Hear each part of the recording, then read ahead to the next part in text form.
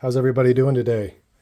So today, I've got kind of like not so much as a review, even though I've had this knife for quite a while. It's kind of an overview. This is the Wee knife exciton. So I got this knife when it dropped. It is a limited edition knife. And I got this before I started doing videos. So I just have never, other than I think I did a short, I've never done a video on this particular knife. So this was a limited run from Wee.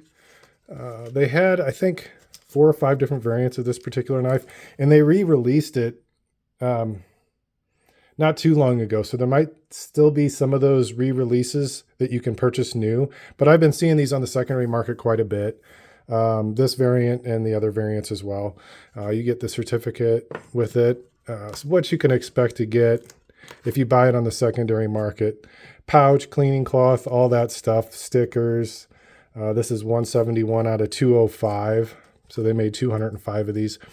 The newer run or more recent run, I know they made, I think, more, but it was 200 of each variant, I do believe. So let's get this box out of the way. Yeah. So this is the Wee exciton. And this is a 20 CV blade with a hollow ground and then a flat near the tip with a nice swedge. Titanium frame with the carbon fiber. It's like a, I don't know what you would call it, like a, it makes it almost like an integral where you've got that cover in the whole back.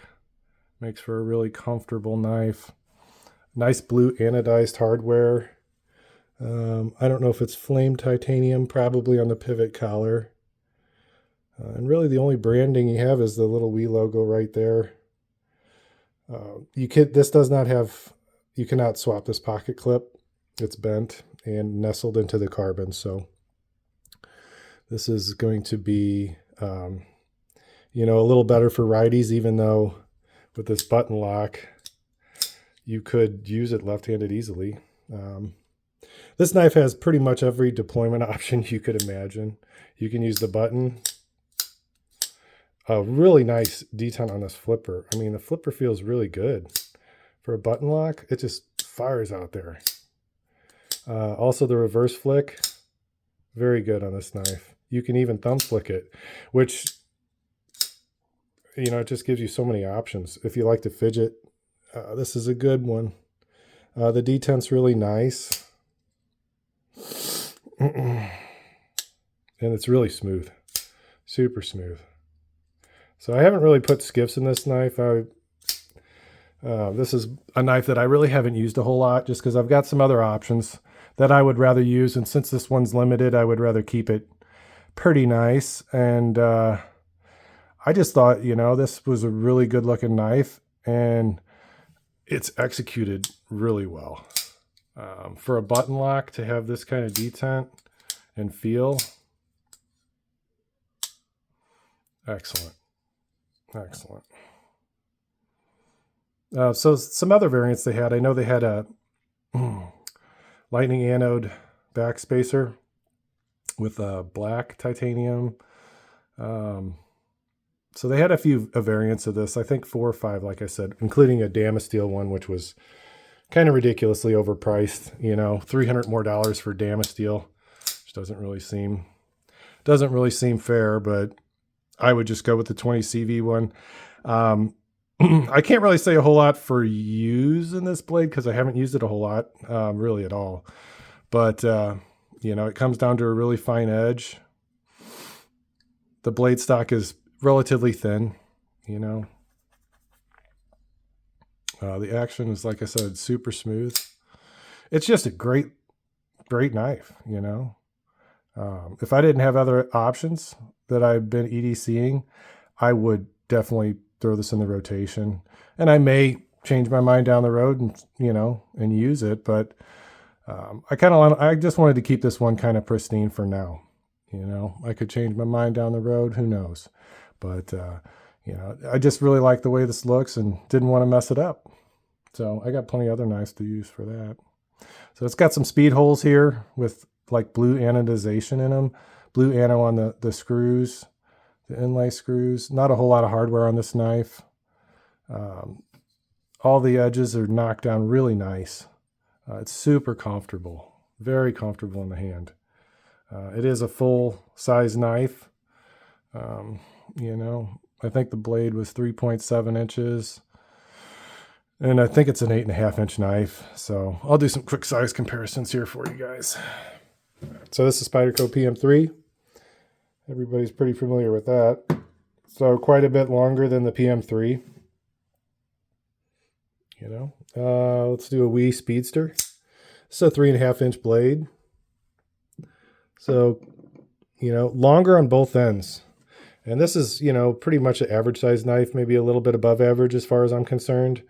So this is definitely on the larger side, but I will say this, even for being on the larger side, this knife is incredibly light. You know, you got all that titanium that's taken away for the carbon fiber backspacer. And I mean, just, it weighs almost, yeah, it definitely weighs less than the Speedster, and it's a bigger knife. And that action is really nice. Let's see, is it milled out at all? I don't think, no, this one doesn't have any milling, but it really doesn't have room for them to do a whole lot of that milling anyway, other than the holes on both sides. But yeah, pocket clips is super nice. Nestled into the carbon, nice ramp on the pocket clip, goes in and out of the pocket really nice. Yeah, just a really well-designed button lock from Wii, which they do their button locks really well. Some of the best in the business. Yeah, super attractive knife. You know, this one I just saw and I was like, yeah. The price on these when I picked it up, I believe, was like $330 or so. And you could still find them for, you know, around that price. I was looking on Blade Bench and eBay. There's some listings for them on eBay. So this is definitely a recommended knife. I mean, these are pretty, you know, praised by anyone who's, you know, into the knife community at all that has handled this knife has been impressed. So I would definitely recommend it if you like button locks or, you know, you like knives with a lot of deployment options. The only deployment option this thing doesn't have is a front flipper. You know, so, and it whacks out there. Listen to that thing.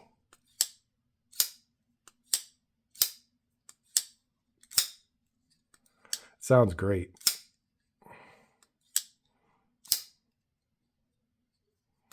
I'm so used to using frame locks. It's hard to get used to using the button. Yeah, this thing is cool, man. I would definitely not hesitate. It is kind of pricey, but you know, it's well executed. All the inlay work is really nice. Everything is, like I said, super comfortable. It's one of the most comfortable knives that I've even held. The handle scales aren't contoured, but everything is so rounded. It almost gives the impression that they are. So it's actually, when the carry profile on it is actually kind of small in a sense. It's relatively narrow. Here, we'll compare it to the PM3. So it's probably about the same width as a PM3. A little bit longer in the closed position, but it's not quite as tall, you know, but you're getting this monstrous blade with a finger choil. And it's a functional finger choil if you want to choke up. This also very comfortable position for this particular knife. There's so much room on this knife. You can hold it pretty much any way you want. So anyway, I just wanted to do a video on this knife and share it with you guys. It's one of my favorites. It's one that I don't plan on selling, that I'm just going to keep in my collection. And it's a really nice knife. And like I said, I know I've seen them on the secondary market. You might still be able to get one variant new if you look on eBay or something. I don't know. I'd have to research it. But not too long ago, I was seeing some of the newer the one new variant that they re-released was still for sale at a couple retailers. This one you'll have to find on the secondary market if you like the carbon fiber and the bead blasted titanium, the bead blasted blade. But if you can find it, I wouldn't hesitate. It's a good one. Well, thank you guys for joining me. Ooh, appreciate it. And y'all have a wonderful day. Thanks again.